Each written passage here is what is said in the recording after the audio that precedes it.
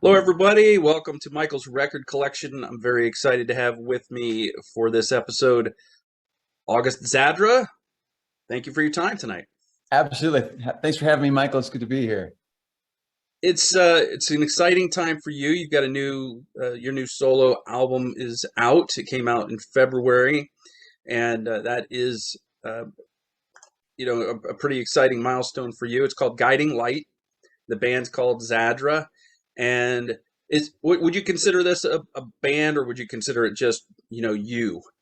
At this point, first of all, I'm sorry to do this. I have to correct you on something that it's Guiding Star, and Right. it's a Oh, very sorry. I'm sorry. You're everyone right. makes that Yeah, mistake because guiding star.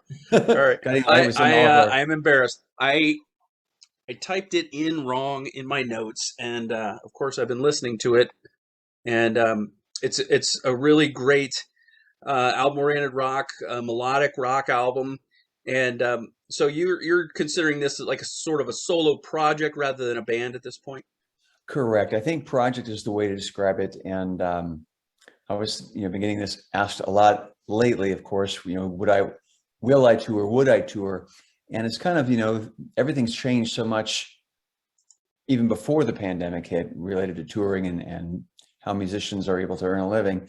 And I think it's one of those things, like specifically with Frontiers, how they put a lot of projects together. There's bands, of course, as well, but they try to put a lot of people together, or create a situation for someone to like myself, to put out a record, and then see if anything happens, throw it all against the wall, see if anything happens to stick, and then possibly throw some resources behind it. But I don't actually have a band, so I don't have any. There's no live shows planned at this time, but I would welcome any opportunity to do so.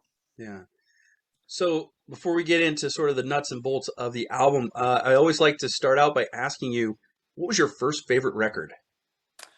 My first favorite record was probably, uh, my first rock record would have been the early Kiss stuff. But even before that, as a kid, I think I went from originally Jim Croce, and then I went to Peter Frampton, and then Kiss, and then from there it all took off. Okay. Yeah, I had a similar path, I guess. I started with K-Tel Records, and then Sure, those are great. I discovered Kiss along the way. So that Alive album was huge, and Yes. every kid growing up in the Midwest had it, and it was kind of like it was almost like a requirement for you to have Yeah, a rite of passage, right? As a teenage male. exactly. So I want to get into a little bit about your background first. What is the status you're in, or you were in it anyway? I don't know what the status of the band is. This Journey tribute band, Lights. I noticed there haven't been any posts on social media in quite some time about it. I haven't been with the band since 2010. Okay. I have subbed with them a couple of times, but not in probably 10 years. hmm So this is a band that it was a pretty well renowned Journey tribute band, and again, like I said, there just hasn't been any activity on social. So I haven't seen it, but there's videos and things like that that you can go find online and stuff like that. So, uh, but you've done a lot of sort of I don't want to say gun for hire type stuff, but you've played with a lot of people. I have a friend of mine that always says, wherever they're waving cash, but I did spend a lot of years working in the tribute scene here in LA. hmm And I did Journey Tribute Band, Lights, and several others. I worked. There was even a time recently, I think it was in the month last August or maybe September. I think it was August. I played with three different Journey tribute bands over a 3-week period in three different states.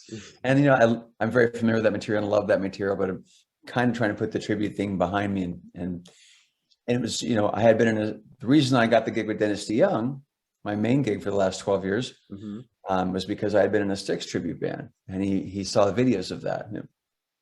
Yeah, so I was about to get into that. Styx or Dennis DeYoung, you played on his highly praised last two studio albums, the 26 East Volumes 1 and 2, Great and album. you've been a member of his touring band. You, I guess, are playing the role of Tommy Shaw because you know all the parts. You can play it, you can sing it. And what was it like getting involved with Dennis? How did you two meet? How did you guys? I mean, you just mentioned that you were playing in a Styx tribute band, but like sort of what kicked off that whole relationship? The it's a good long story, but to try to do the edited version or the abridged version, is that it was not long after, Neil Schon and Journey had famously found Arnell on YouTube. Mm-hmm. Dennis's son is an insomniac, or used to be, and he was just up one late at, typing on YouTube as we do. And he's a Filipino Styx tribute singer, trying to find another Arnell. And one thing leads to another on YouTube. You're down the rabbit hole, and finally he found Styx tribute band in LA, and he saw a couple of clips of me singing. And the backstory there, real quick, is that the band. So this was in 2010, or the end of 2009. This video was from 2005 or 6, I think. It was one of the last shows we had done in that band, and is one of those things. I'm not an early adopter of technology, and so I've got all this old, VHS and 8mm. I'll digitize it, put some on YouTube like everyone's doing. Mm-hmm. And basically that's what happened. The audio was really great on this recording. The video was pretty distant. It was back by the soundboard. Mm-hmm. But Dennis's son Matt, the story is, he called his dad at 12:30 at night and said, "You got it." And Dennis was like, "No one calls me." It's like, "There better be blood." It's like, and Matt said, "Hey, you need to come downstairs and check this out. Get on your computer and look at this." And that was December 22nd. The holidays were coming. I talked to Dennis's manager that on the 23rd. I talked to Dennis's manager for about 45 minutes, and I said, "Well," we had a great conversation. I said, "Well, what's next?" And he said, "Well, I'll talk to Dennis if he's interested. You'll hear from him." Mm-hmm. Next morning he calls, and it was pretty exciting. And he said, "Well, I'm thinking about making some changes. What are your plans coming up soon?" I said, "Well, it's Christmas is in 2 days." And he said, "Well, yeah. But what about, you got any plans for New Year's?" I said, "I do." He said, "When are you back?" I said, "The 2nd." He goes, "Be here on the 3rd." And, a couple hours later, they sent me a ticket. And it was one of those things where Dennis wanted to be sure that he doesn't trust technology so much. So it's like, I see a video of this guy, and I told him, this is 5-6 years ago, this video. And that was the only time I've ever sang lead in a band, was doing the Tommy Shaw stuff. Mm-hmm. And he said, "I want to make sure that guy I'm seeing is actually you, and you can make that sound. And between the two of us, we sound good together." And so we sat down on his piano bench, and I choked famously the first 2 attempts on Lady. It was 10:30 in the morning. It was 8:30 LA time. Yeah. Nobody sings that early, except for Dennis. And the first 2 were terrible. And he was looking at me like, "What? God, I made a mistake flying this kid out here." And then the 3rd time, it was nice, and then it just took off from there. And 12 years later, here we are. And it's for the last 10 years before COVID, we were doing anywhere from 45 to 65 shows a year, and it's been an amazing experience for me. Yeah. I talked to Dennis right about the time that 26 East Volume 2 came out. He was on the show, and I know that he's taken the pandemic extremely seriously, and I know he wants to get out on and do shows again when it's safe to do so. Have you guys talked about when that resumption of those shows might happen? I'll say 2 things. The first, as you alluded to, my stock phrase during this time has been that Dennis is a germaphobe in the best of times. And so this has been something that he's taken very seriously. And it's been kind of a matter of kicking the can down the road with rescheduling, canceling, postponing, whatever it may be. Mm-hmm. And those are decisions above my pay grade. I know that he wants to get back out. The band wants to play. Dennis's manager wants him to go out, but it's just waiting for things to and I think we're getting closer to that with, Mm-hmm. recent developments. We're all thrilled about, but I would imagine it'll probably, don't quote me on this, but I don't think it'll be any time before late fall. Okay. All right. So you're based in California. Yes, correct. And it's funny because you've worked with a lot of Chicago guys, Dennis, Robin Zander, Jim Peterick. How do you keep getting involved with all these Chicago guys? Is it just you work with one and then it leads to the others? That's often how it happens. Although the thing with Robin Zander, I don't want to overplay that I worked with him, but we played together, and Mm-hmm. it was a very fortuitous moment for me where it was one of there was something called, the Ultimate Jam Night, which still exists here in LA. Mm-hmm. And this was in the early stages when it was being held at Lucky Strike Bowling Alley. And I had family in town. This was late December as well. It's a good time for me, I think. And my wife was there with the kids, and my brother was in town with his wife. And I had just played a couple songs, and then I said, guys, it's late, and I don't have anything else to play for 2 more hours. So if you guys want to, it's not a big deal. I'm playing Dream Place. I played it 7 times, and I'll just see you guys in the morning when we get home. And I was bowling with a friend of mine there, and all of a sudden, they come over and they're like, "Hey, would you mind playing Dream Police sooner?" I'm like, "Well, or actually, it was, where's August? You got to get him to the stage." And somebody found me, and they said, "Can you come to the stage now?" I'm like, "Well, I've got my bowling shoes on now. Like, just can I put on my boots again first?" So I come back. What's going on? And there's Robin, and they were saying that he just got the phone call, literally 5 minutes prior, that they're being inducted to the Hall of Fame. Wow. And they want to put this band together quickly to go up there and play. And so that's how that happened. And he was really, he was very accommodating, and he was very kind to all of us that played the song with him and everything. But that it was a thrill, and that's all over YouTube everywhere. That it was kind of funny because, they said, Robin, when they first started, they used to play in bowling alleys, and here I am in a bowling alley again, getting this recognition. And the Peterick thing just is a result of, working with Dennis. Mm-hmm. Yeah. Can I tell a quick Jim story? Sure. Jim? I'm glad to. I'd be happy to hear a Jim Peterick story. I'm sure you know him, or of him at least. But the first time I was at Dennis's, I think we had stayed after first show in Chicago. I stayed over. He said, "Hey, I need to do some vocals on this next record. We're going to do it over at Jim's place. You want to do it?" I said, "Of course." And so Dennis picks me up. We're going to go to Jim's house, which is about 5 minutes from Dennis. And we show up, and I've got a t-shirt and sweats on, and Dennis has got his his typical Dennis weekend outfit on, and casual to say the least. And we're waiting in Jim's studio.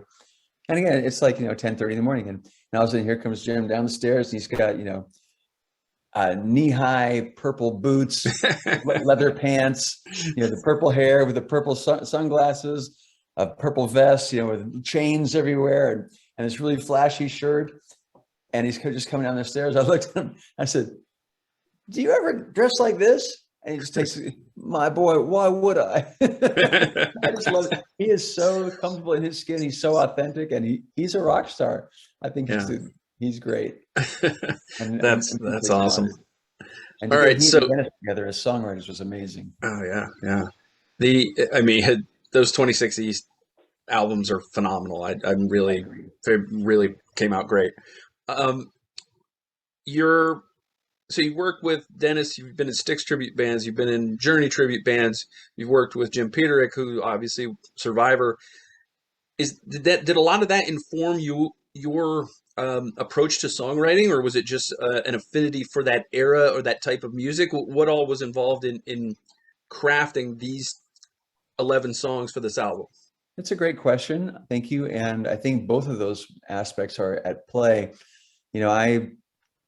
I always think about the golden age of music for me was probably 76 to 80 roughly, where you had, for me it was Boston, Styx, Kansas, Foreigner, Journey. I'm leaving out a few, I'm sure, but those were the main ones. And I mean, that is just brilliant music. And so that's kind of, I also always say, you are what you eat. And it's a lot of times we're basically, as musicians, we're influenced by all that came before us. And that definitely informs your style. And it's sometimes you make choices unwittingly where there's like other lawsuits where people have quoted other songs. And I don't think it's rarely intentional, but there's just so many notes out there, right? Yeah. But in terms of the songwriting for this album, it was a lot of collaboration with Alessandro Del Vecchio, who I think is possibly the most talented musician I've ever known. He plays every instrument known to man at a master level, and he sings great. He mixes, masters, produces. So Frontiers assigned him to me, or put us together essentially, because I had told them initially. I said, they came to me about doing the solo record in 2018 maybe, and I turned it down because I felt at that point I still wasn't really sure what I wanted to do as an artist, specifically with singing. I couldn't decide who I wanted to be yet. And I didn't want to come out as a Tommy Shaw clone on record. I've been accused of that for years. It's just, I'm in that role. I'm doing a job. I love Tommy. I love Tommy's voice. I'm, you know, he's got a better, cleaner, higher voice than me. I'm just trying to do a job, you know, it was just the most respect and passion that I can bring to that gig. Sure. But it was, I wanted to, you know, have my own voice and trying to come up with what that actually meant to me. But I turned it down initially, and then when they came back towards the beginning of the pandemic, I said, "Yeah, let's do this. I've got some time," you know.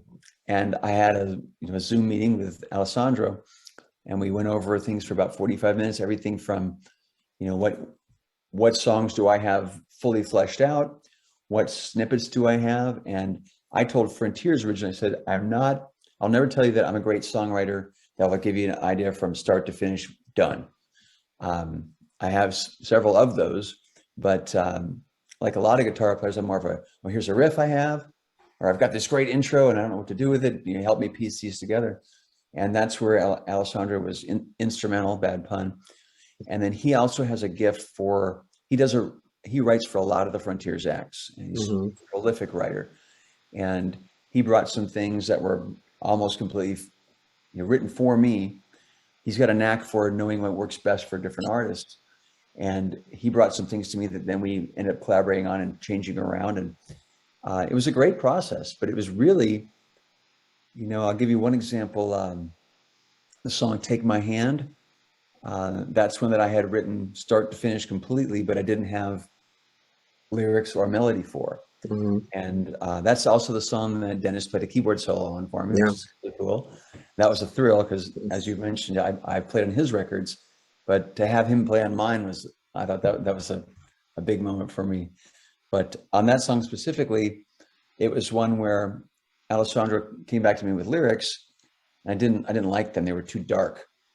And Jeff Soto's a big friend, a big influencer, big collaborator, contributor to this, and a great friend of mine. And that was really the one that brought me to Frontiers in the first place. But he was asking me how's things going with this, and I said, well, I've only got a couple left to sing, and I've got this one that I'm not happy with, the lyrical content. He's like, brother, I got you, don't worry. Send me what you got. And I sent him, the backing tracks, I sent him the existing lyrics, and the melody was the important thing. And within 24 hours, he kicked something back to me that was pretty much perfect. And I changed out 4 lines, I think, in each of the 2 verses. And then we ran with the ball. So there's a lot of collaboration. Yeah.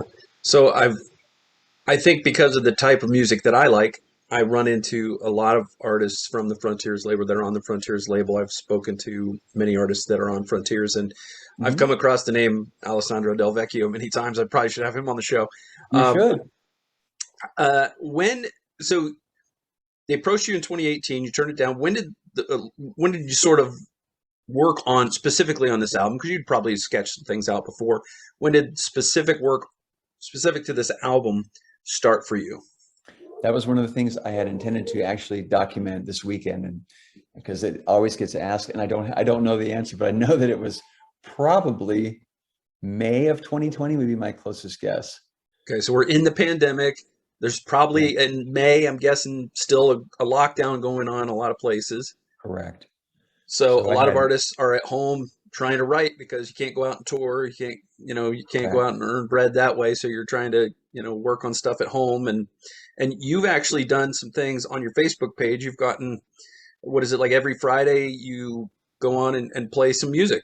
Thanks for mentioning that. And I want to go back to also the very first sound you hear on this album, on the song Come Together, is me singing with Jeff and Alessandro doing this big sound. That kind of is the backtrack for that first song.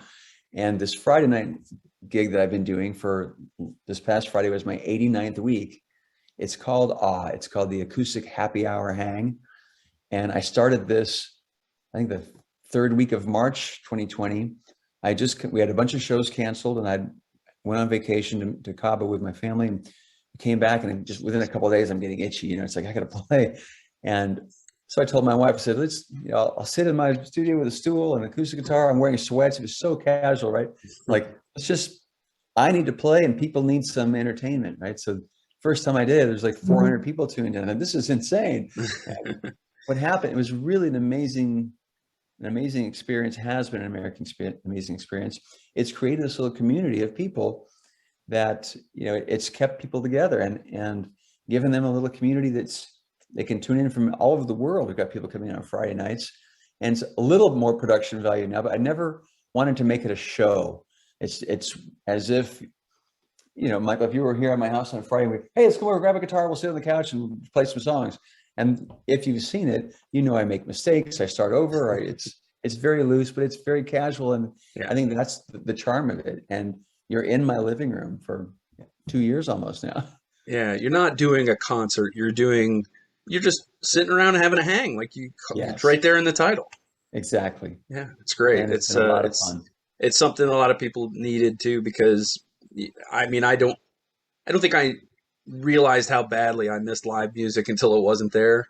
Yeah. And because it always seems like, I think probably I only average about 5 or 6 shows a year, but those are important parts of my year. Those nights when I actually get to go out and turn back time, sort of step into the time machine and see a band like Journey or Styx playing the classics and that kind Absolutely. Of thing, or catching a new band coming up, which is very exciting as well. So that's a very cool thing that you do, and I think that is more endearing, that you don't try to make it like some big flashy pseudo stand-in for a live show. It's just hanging out, and it's free. So that's the other thing. It's a great community. And I like what you mentioned also about anyone in our demographic, age-wise, it's or any age really. I think it's about nostalgia it's so important that music that I think it was Paul Stanley, back to our Kiss thing. I think he said that the music you listen to when you're either 15 or 16 is what stays with you forever. And it's a blessing / curse. All these, the legacy bands, they want to keep writing new material, but no one wants, I shouldn't say no one, but as a generality, if you go to see one of these classic bands, and here's a song from our new album, and half the audience goes to the bathroom. It's like, we only want the hits, and it's a difficult situation. It is. It's tough. It's like, because a guy like me, like when a new album comes out from a band I love, I can't wait. I'm excited about it, and I'd like to see those songs perform too. But I mean, if a band has been around for 40 years, if you put a new song in, you have to take an old song out, and it's really a catch-22 situation. And I understand why there are some bands that rarely play any of their new stuff, and other bands just say, hey, to heck with it. We're gonna play our new stuff, and hopefully people will like it if we just keep doing it. So I don't think there's a good correct answer. But the other thing about it too is that the legacy bands, they were all over the radio in their day. Then they became classic rock, and they were on the classic rock stations. But then when they put a new album out, none of the new music stations are playing the legacy band's new music. Right. It doesn't fit anywhere. It's not classic because it hasn't been around for a while, and it doesn't fit with the new format. And I think that's part of it. Like Frontiers said recently, I'm like talking with one of the guys here, and they said, well, no one really knows what to do right now. And it's like, we're all looking for that magic bullet. How do you re-engage those people that have been your fans for all this time to want to allow you to keep creating new music that they'll embrace. Yeah. And the other thing I wanted to, another shameless plug, in that first song, which is called Come Together, I ended up rewriting that's one I wrote actually about 6 years ago, all the music for, and Dennis had been looking for something new to open the shows with, because we always use the Grand Illusion. Mm-hmm. And I thought, I want to write something that's really short, like about 1.5 minutes long, all major chords, triumphant sounding, I could hear trumpets, and it's with big harmonies. And so I sketched it out. I have a demo of this song and brought it in, and I think Dennis listened to it for like 8 seconds. Was like, yeah, that's fine. I didn't connect with him, but I really felt I was invested in it myself. And this I'd recorded all the music, and then I think 2 nights before I was going to record the vocals, I rewrote the whole thing, and it became about the pandemic and the importance of music and how it was going to, the idea of it's kind of, once we've gotten through it, this is kind of from viewed under through that lens. Mhm. But the main line is that music will heal what isolation has destroyed. And I think we all need music to kind of be that conduit to connectiveness. Yeah, I found myself getting a little more teary-eyed at shows lately than I did, just before the pandemic, because it's like this has been missing from my life, and it's so important, and I didn't even realize how important it was until then. But because I've always got music going, and but getting out and seeing it live is still the pinnacle, really. You can't replace that experience. And that's and a lot of times if you are seeing legacy bands, it takes you right back to the first time that you saw them, and when they were still, they still had all their hair. They were sex symbols. They were on the covers of magazines and that kind of thing. Yep. So, um, so you mentioned finding your voice as a vocalist, and I had that question in mind. Is that everybody has to be themselves on records, and so Mike, not that you try to mimic anybody, but who influences you as a vocalist? Like who do you? There's always people that it's like there's a approach to singing vocal melodies, and so everybody kind of does it differently. Who kind of inspires you? Great question. Thank you. And I think it goes back to there's a lot of singers like from that golden age I mentioned. You remember all the guys in the late 70s and throughout the 80s, you all sang so dang high. And there was a lot of singers who I loved. Let's just say Brad Delp, Steve Perry. Like I knew I could never sing that high, even though I really admired what they do. Rick Emmett, another favorite of mine. But for things that were more relatable to me, it was kind of Lou Gramm, Steve Walsh, and I love Jolene Turner. So that's kind of, I had a big three. I think that might be it. Wow, you're checking all the boxes that I like. I'll tell you that. Good, good. And how about as a guitarist? Tell me about your guitar beginnings and sort of what inspired you to get into the guitar, and who did you take your cues from? We mentioned, or I mentioned Peter Frampton earlier as being one of their early ones. In fact, I remember being a kid, with Frampton Comes Alive on and just seeing that picture of him on the cover. And I'd have a tennis racket. It's the totally cliche being bouncing on the couch with a tennis racket. But I grew up in Alaska, and as a 10 to 15-year-old, I was ahead of the game in terms of pitching ability. And at one point, I thought I want to be a professional baseball player, and I was the starting and losing pitcher for the All-Star team 2 years in a row. But I started having problems with my arm, my right elbow, and it was because one of the coaches had started me throwing curveballs too early. And so I went to the doctor with my mom, and they said, "Oh, you've fractured a growth center in your elbow, and you shouldn't throw. You shouldn't pitch anymore. You shouldn't throw very often." And my mom said, "Well, what should he do now?" It's kind of like innocently, and he goes, "I don't know. Why don't you play guitar?" Boom! And I wish I knew who that doctor was to thank him. And there were times where my mom would have over the years was, "Oh, your life changed 180 degrees that day," and she wasn't happy about it, but it turned out to not be a phase. So, and everything's good. But initially, I'd say it was Ace Frehley, and you could, I would be with friends, and you would just plug it into some amp and just basically playing air guitar, but holding it, didn't know what you were doing. All of a sudden, you might hit something that sounded, hey, this is, it was very innocent and very organic in the beginning. And I went from being a huge Kiss fan. And then a buddy of mine said, "Oh, well, that's nice. Why don't you listen to this?" And he gave me a Rush cassette.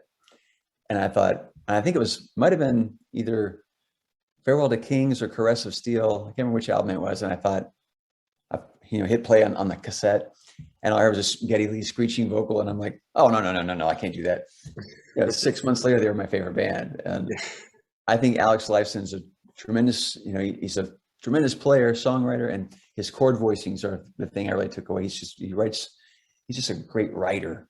But and I think I've said this many times that I don't think Eddie Van Halen was not a huge influence on me directly, but I think anybody who doesn't acknowledge his impact on their playing that's come out in the last 40 years, they're lying.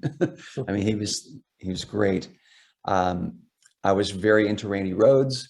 I was into Gary Moore, George Lynch. And then and then by the time Yngwie came out, I was mind blown. And I had to come to terms with the fact I would never be playing at that level, not for lack of trying. Yeah. But those are kind of the guys that, again, back to You Are What You Eat, and that comes out, and I can listen to this album that I just did, the Guiding Star record, and if I'm with guitar player friends of mine, I'm like, what do you hear there? What do you hear? I can play Spot the Influence. It's like, oh, there's John Sykes, there's this. It's like, it's fun. Yeah, it's great. I was just talking. We had our last show. We did a sort of a look back at Journey's Escape album, and we had Love it. the big story about how Neil Schon came in with this killer guitar solo that he was so proud of for the end of Who's Crying Now, and the band said, "It's a little busy, just Yeah. something simpler." And so he said he did the dumbest, simplest thing he could think of, and it became this iconic solo that people rip Right. off all the time. So that's great. And I'm glad you brought up Ace. I got to see Ace in October open up for Alice Cooper. I saw him in '96 when Kiss reunion happened, but that was a good time to see him do Very solo cool. stuff, get to see some of his some of the old Kiss classics and some of the Ace stuff. So Yeah. that was great. Yeah. So the album, it's yourself on vocals, backing vocals, and guitars. Jeff Scott Soto, you mentioned him, a phenomenal vocalist. He does backing vocals on all the songs except "Come Back to Me," I believe. Correct. Alessandro does bass, keyboards, backing vocals, rhythm guitars. Jelly Cardarelli on drums. Great drummer, by the way. I definitely have a highlight of his that I like on here. Dennis DeYoung solo on "Take My Hand," and then there's a few others. You have Andrea Saveso with some rhythm guitars, Martin Jepson Anderson on some rhythm guitars, and Guillermo DeMadio and Pete Alpenborg and Jan Akison all on various keyboards. Yes. And the last five guys you mentioned are all those are guys I've never met.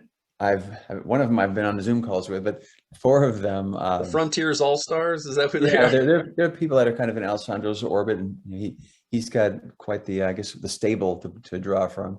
Yeah.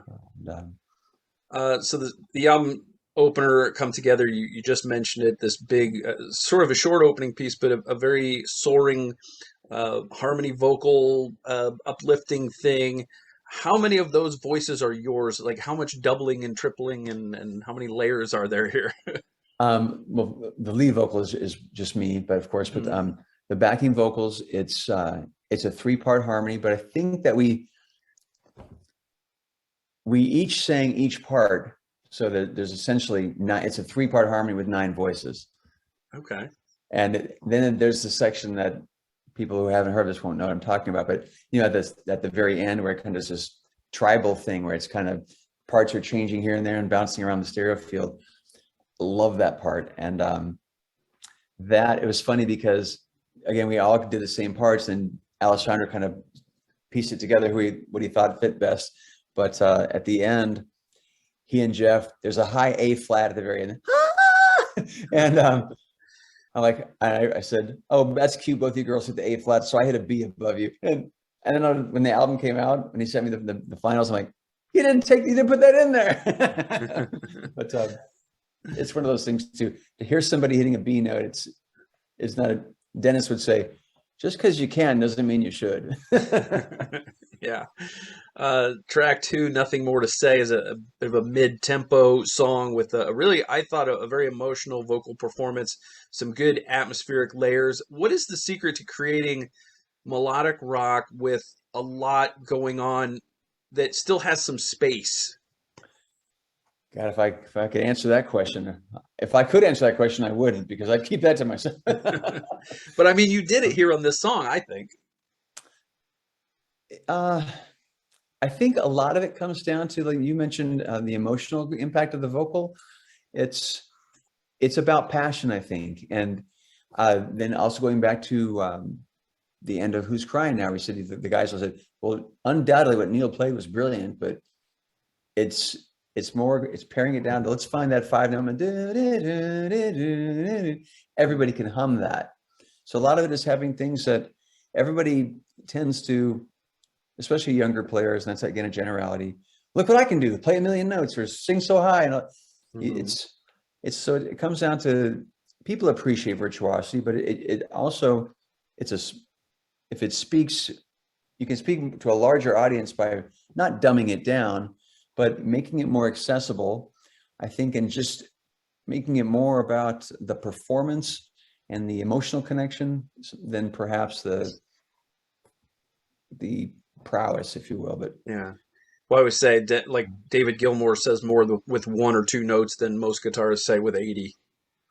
yes, and funny you mentioned him, because on this song, Nothing More to Say, it began with I'm soloing as soon as downbeat, boom, I'm soloing some bluesy noodling thing, and in my head I'm going for David Gilmour Light, and the same thing at the end. There's something there where I did a thing like a behind the music recently on one of my Friday night things, and there's a lick there at the end, which is a direct quote from Brick in the Wall solo, and like, well, he doesn't own those 2 notes, but anyone who's heard that would know that's exactly what he would. But my point was going to be, sorry, that so I noodled all over this thing, the front and the back of the song, and then Alessandro in the production role was like, cut that out, and so when he sent it back to me the first mix, I'm like, well, where's the guitar? He said, well, it doesn't need it there. Let's set up the vibe of the song. We'll bring you in on bar 3 rather than bar 1. Let it breathe for a second. And those are things where, having someone else to collaborate with, or producer that can bring another opinion and make executive decisions in this case that were smarter than what I would have done on my own. Yeah, I think it's such an underrated thing to find somebody who has an ear for what to take out that's not the song. Like, everything could be this. It's the same thing I think in writing. It's like, I think it was Stephen King that says, your first draft, just write your first draft of the story, and then when you go back over it for your first edit, take out everything that's not the story. I like that. Yeah. So yeah, I'm probably picking up on some of that atmospheric, that Pink Floyd or David Gilmour influence there, because there's some very nice space, even though there are a lot of things going on in the song. So it's very cool. You go into Ship of Fools, the third song. This is one of my favorite songs on the album, and I think it's because of the end of the guitar solo. You've got the doubled guitars in the back end of the solo. What sort of inspired that? Michael Schenker. In fact, I that's exactly what I was feeling on this song, was a Schenker vibe, and I love him. I did fail to mention him earlier as an influence, but definitely it's there, because he's the king of melody. He and Neil, in a similar way, have chops for days, and they can play super fast technical things, but they also have a great ear for melody. But it would have been too far to use a wah-wah pedal on that one, too Michael-ish, but that's where I was going for sure. Okay. And then the song, track 4, Come Back to Me. This is sort of, I feel like it's a Journey-esque song, but it's got some tempo changes for the guitar solo. And this song for me was Jelly's best drumming. I thought Jelly really shined. His drumming really shined on this song. I agree 100%. And it was shocking to me that, everyone's got an opinion, right? But I saw somewhere online someone had said, "Oh, and the sloppy drumming ruins this song." I thought, "Are you kidding me?" Yeah, I think he's a beast behind the kid, definitely. I liked it. I thought it really added something unique to the song. Yeah. One of my favorite guitar solos on the album happens on Escape the Rain. To me, this I heard sounded like some Jim Peterick Survivor influence on this song. Interesting. Okay, because that one, from a guitar point of view, I would say that was probably Warren DeMartini from Rat coming out in, or that's kind of the vibe I remember I have a couple of friends who have these Guitar Geek, emails all the time, and we had been talking about some old George Lynch and Warren stuff around the time I was recording that. I said it might have sneaked in there, but no, I want to clarify. I don't mean that the solo reminded me of Survivor. I think the overall sort of tone of the song. Yeah. And it's another one, there's this one, I'm kind of glancing over at the album songs here. Escape the Rain, Come Together, Escape the Rain, Rise from the Fire. These are all kind of, they're, it was important to me to be, I'm not a dark person by any stretch of the imagination. And I wanted to have stuff that was, not motivational, so to speak, but just at least inspiring and encouraging and uplifting. So there's back to the song "Take My Hand," where, as a generality, you say that major key is happy, minor key is sad, and that song "Take My Hand," I wrote, it's in the key of D minor, which, if you're a Spinal Tap fan, is the saddest of all keys. Saddest of all keys, And, yeah. I wrote that specifically because we had a neighbor we found out was going to be moving, and my wife was so bummed out. And I said, I'll write a song in D minor. And I came out, 5 minutes later with the 3 chords that are the bulk of the verses.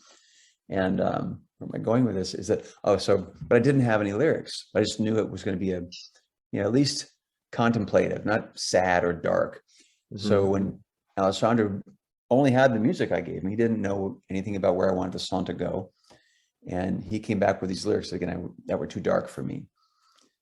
I think I got off subject there. Sorry. That's all right. It's all right. No, I'm fascinated listening. But yeah, so Escape the Rain then goes into track 6 as A Matter of Yesterday. This is a bit of a power ballad, but not like one of the cheesy type of like hair metal power ballads. Were you a power ballad guy back in the day? Were you slow dancing with the ladies to the power ballads back then? You would never see me on a dance floor. It's funny, the power ballad, right? It's a concept in that, and it's, you can argue about who did it first or who did it best, whatever, but everyone had to have one back then. This song I'm glad you brought it up, because when we're talking about the guest musicians, we left out, and I made a note but then forgot, Jimmy Leahy, my dear friend from the Dennis DeYoung band. Okay. I sent this to him with some basically what we call cowboy chords. Here's the sketch of the guitar parts. And Jimmy's one of the greatest acoustic players on the planet in my mind. I said, take this ball and run with it. And he did a masterful job. He actually came up with a new tuning to create one of the voicings on the song to match the keyboards better. He's just brilliant. And what he brought to this, it kind of gave it almost a folksy minstrel kind of vibe. Yeah, it's very cool. And it's one that, again, who am I going to be as a singer? This is a song that the first time I sang it, I should make this point too. I did all the vocals on the album at home, except for all of Nothing More to Say and bits of A Matter of Yesterday. Because I did A Matter of Yesterday at my buddy Andy Zuckerman's place, who is a producer friend of mine that I've known for years, engineer. And he sent me home with a mix that night. And I was driving on the way home. I got home and told my wife, I said, she goes, how'd it go? I said, I hate it. I don't hate it, but I sound like a guy doing bad Broadway. It's like, I couldn't get into it. It was at a register for me where I couldn't get screamy and give it any energy. But I didn't, so it was hard for me to project in the way I wanted to. And then I sound like I was just saying, oh, and it was so, it just wasn't me. And we did several songs after that. And I went back and said, I got a better feel for this now, and I want to do it again. We kept some of it, and it's still not exactly how I would like it, but at least I can hear it now and not cringe. Do you envision yourself maybe changing that if you do it live somewhere down the road? Yeah. You already got in your mind where you're going to go with that next? Yeah.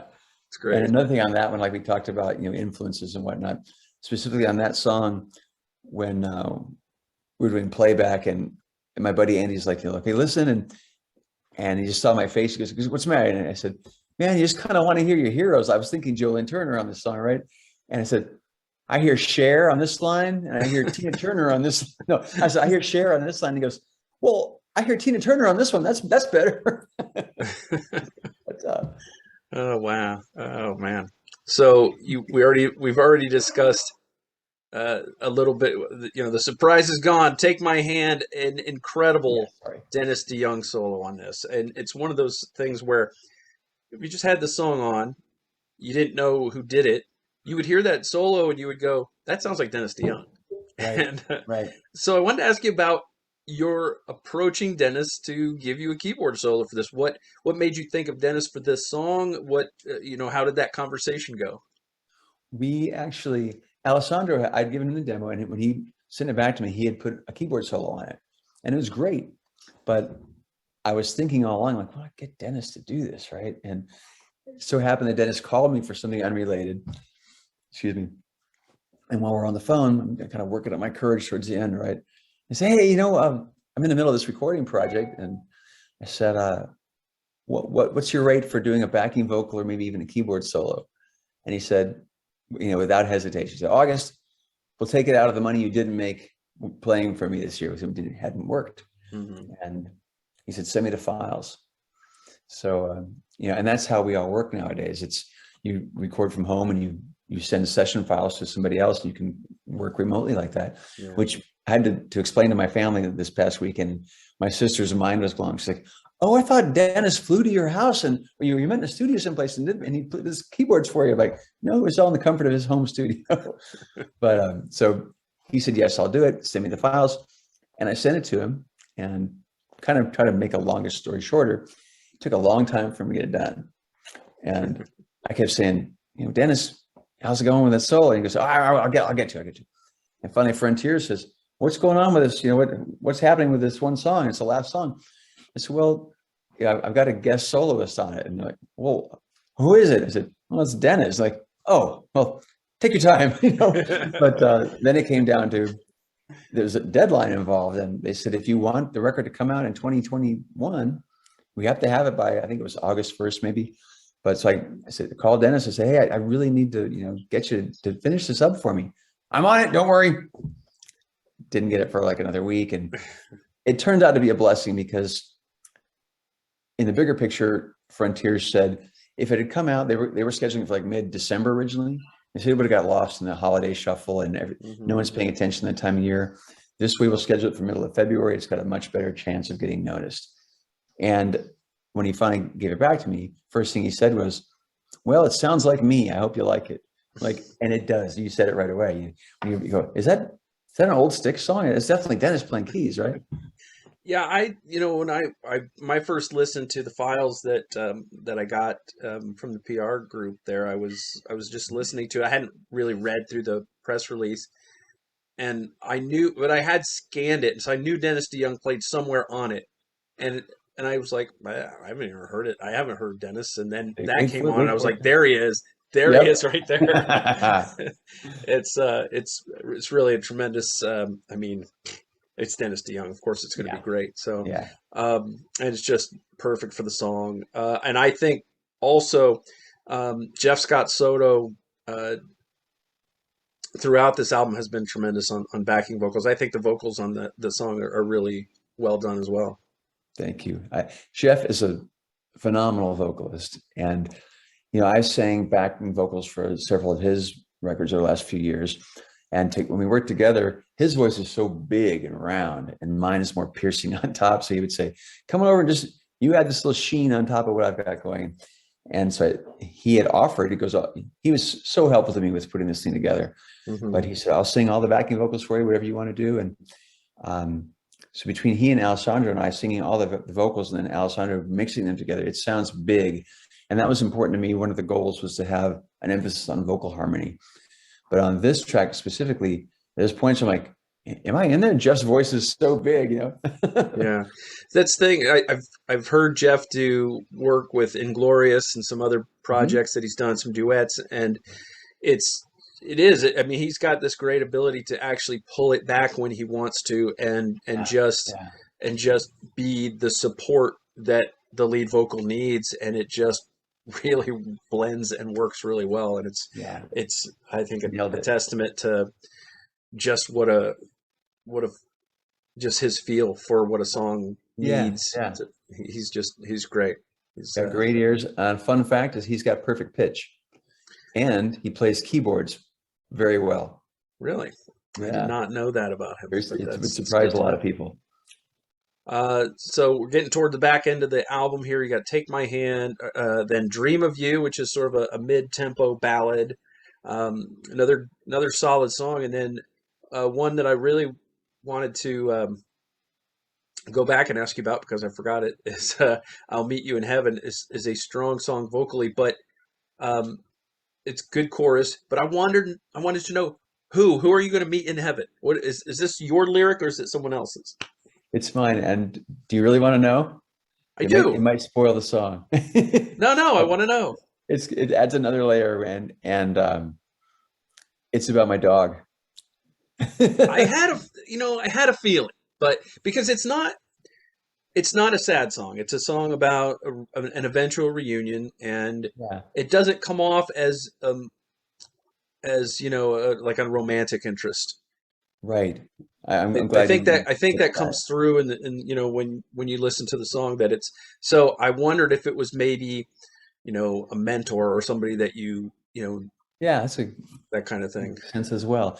And the kind of the goal with things like that is to, it's you again trying to have somewhat of a universal appeal, but not make it sappy. It would be too easy to say, "Oh, I'll meet you in heaven." That's he's singing about his lover, or that kind of thing. And it's like, and the giveaway to people who know me and been in the house with our dog is she had this wicked snaggletooth, and starts with your crooked little smile. And again, actually, this is a lot of it was Jeff's influence because originally it was sappy. It was more about a man woman relationship. But then I said, not really. I don't really like where this is going, really. And he said that he had written a song years ago that everyone thought was about a woman, but it was about a pet. And so I went, oh, I can make that work. It's like the song Shannon. I don't know if you're familiar with that. Shannon. It was it was like it was a ballad. I think the guy's name was Henry Gross, maybe. Oh, that rings a bell. And it was this beautiful song. I listened to it for years before I knew it was about a dog. I'm gonna write that down and look up. Yeah, it's a terrific song. It's Henry Gross, Harry Gross. I remember that. I thought, I think it's Henry, but it's been so long. It could be I could be getting that wrong. But the name of the song is Shannon. I'm sure it's all over YouTube and it's probably right. on all the streaming sites. But yeah, had no idea that it was about a pet until years after I'd been listening to it. So it's funny that you wrote it about a dog. This is great. And I'm going to try to get one. I have a friend who does a lot of video editing stuff, and I thought maybe he made a video for me when our dog had passed, and it's gut wrenching, But I thought if we could, I don't know how long it was. But it seemed like it'd be too, coincidental if it was the length of the song. But if I get it to edit down and do like a lyric video and put it up, but in a way, I don't want to give it away either. Let people think Yeah, whatever they want to think. But yeah. that's the truth. Sorry, didn't mean to Yeah, out oh, it. the rest of the story. Didn't mean to out the secret, but That's yeah, I fine. appreciate the honest answer. That's great. Sure. Um, won't let your love take me down. We get back to the rocking stuff, Yeah, up that's my eight. tempo, rocker, guitar heavy, good crunchy riff. Tell me about the genesis of that. Where did that riff come from? That riff came from me sitting in my room with the fairly new Fractal AX8 that I had. And a lot of times a new piece of gear will inspire, a riff and what I do a lot is whether it's acoustic guitar, a lot of it's on acoustic. Some of it's just me in the car singing melodies. The iPhone's always there with the voice, the voice memo function. And I remember I had that exact riff, and I threw it down and I sent it to a buddy of mine who's always my first go-to for, hey, what do you think of this? And it was more of a tone check at the time. It's like, I like this sound and it made me play this riff. And I like this. And he's like, you got to really flesh that thing out. That's killer. And it was just called, remember on my sound file, I think it was just called F sharp rock riff, but it's a good one. I like that one. And Sounds like something you find in a sound library. right, right. The album closer, Rise from the Fire. It sounds to me, I hear some Jim Peterick writing influence in this song. I don't know if there is any, or if it's just in my imagination, having known that you had worked with Jim, but it does sound like it's influenced by Jim's sort of writing style. I it could be subliminal. I wouldn't say it's direct, but I was thinking more for me, more of a Toto vibe almost, you know, but Okay, yeah. you might not hear that. That's how it's all subjective. Oh, yeah, I can see it. I mean, you know, now that you mention it, because when you're listening to these songs, you're just writing sort of the things, making notes. The first thing that kind of Yeah, comes yeah, to your head, and being that it's AOR stylistically, that's going to lend itself really to sounding like Jim Peter because that's a lot of what he writes, yeah. And I'll take it as a compliment and too. he's He's really good at a it. brilliant writer. Yeah. And I'll throw this in there too, that while we're, you know, back to spot the influences, and you mentioned Neil already. He's a huge influence. I think I might have left that out earlier, but this is the song where I'm like, nobody thinks that sounds like Neil. I mean, really? The solo to me, it was Neil coming out. It wasn't like Mhm. I'm going to play a solo like I think Neil would, but definitely I can hear it in there. Yeah, I mean, when I listen to this album, to me, it sounds like if a lot of time, and the solos kind of vary a bit, but Mhm. the the the melodies and the styles of the songs to me comes off a lot of times like Journey and Survivor had a baby. I would And love that. I'll be yeah, the love child. yeah, I mean, and to me that's really hits a sweet spot for me because that's I love, you know, melodic guitar based rock with some keyboards in it. You know, I'm not one of those keyboard phobic, you know, rocker types. Yeah, absolutely. Yeah, it's you know, I went through a period, you know, in the 80s where it's like, oh, it'd be guitar all the time, you know, but for some of this, like go back to you know, Nothing More to Say, where it's all texture, and the keys are integral, Hmm. and you have to be willing to go there. I think Yeah. it's too limiting not to. How cool is it that there's a vinyl version on the Frontiers website that you can Do you buy? mean this? I do. It is so cool. It's white vinyl, right? I had it right there just to have the song titles available. But while we're at it, it's so sexy in white. I think white Yeah. might be my favorite color vinyl. Well, when they came to me, they asked about, you know, do you want to do a vinyl pressing? And I'm like, yeah. And then there was a choice of, I think, 9 different colors. I'm like, I'll go with white. I always like to go, you know, I think it would stand out. And then an interview I did with someone last week, they we were talking about Alessandro, and he said, yeah, he just sent me his newest record, and it's on white vinyl. I'm like, dang it, I didn't know that. Yeah, it Yeah, looks cool. I think it's because I grew up with just regular old black. Sure. It's the inverse, you know, it's the negative, and I think it just looks really sharp on the turntable. Some of the they're doing all kinds of crazy things with vinyl nowadays, and some of the transparent colors don't quite look that good, especially when they're sitting on the turntable. You're getting the matte kind of Oh visible yeah. through the translucent, and some of those don't look that great. But the like a good solid color like a red or a white looks really sharp. So, but I mean, you grew up and you listened to music in the '70s. You had records. How cool is it seeing a record with your name right there on it like that? It's absolutely a thrill, brother. It really is. And I don't have it, haven't done it yet, but I'm gonna frame one and put it on the wall, you know. And That's I've had great. already, you know, fans have sent me, you know, drinking glasses with the album cover on it, t-shirt, there's all kinds of stuff. I got wine bottles with it on there, a banner over here. It's been fun. And I should say something quickly too about that album cover.